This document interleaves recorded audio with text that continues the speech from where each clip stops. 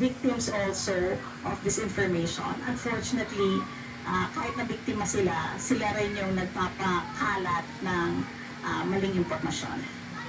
Alright, so the commonality here is that they are not operating in and for themselves, but are guns for hire, where the weapon is disinformation and the aim is the manipulation of the public sphere. And sometimes po we can, next slide please, there is some times when it's state-sponsored disinformation. As we can see here, I have two studies that were published by the Deutsche Welles about Russian disinformation targeting Germany, and published also by the BBC News of Chinese-led state propaganda and disinformation. Next po, letter B, deceptive behavior. I'm narrowing this down to what I think is the most threatening.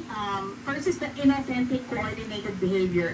Ito po, as Jonathan had also mentioned earlier, pwede po nating hanapan ng paraan para mabawasan to at to go after those who actually finance this.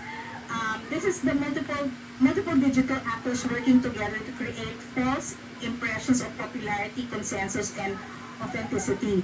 Minsan po sa isang opisina lang, kunyari marami silang hawak na cellphone, marami silang hawak na mga mobile numbers, pero sa isang tao or isang grupo lang nanggagaling, making it appear that something is popular or viral.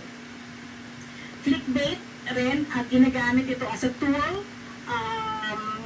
whether as a meme, thumbnail, to attract unsuspecting viewers.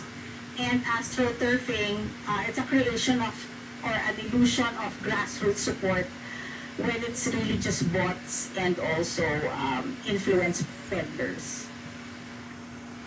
As we said earlier, next slide, deepfakes falls under the deceptive behaviors we find in the internet today.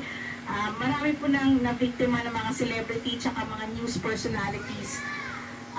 Mahanap niyo sa web na kunyari nagbebenta ng mga health products pero hindi naman totoo.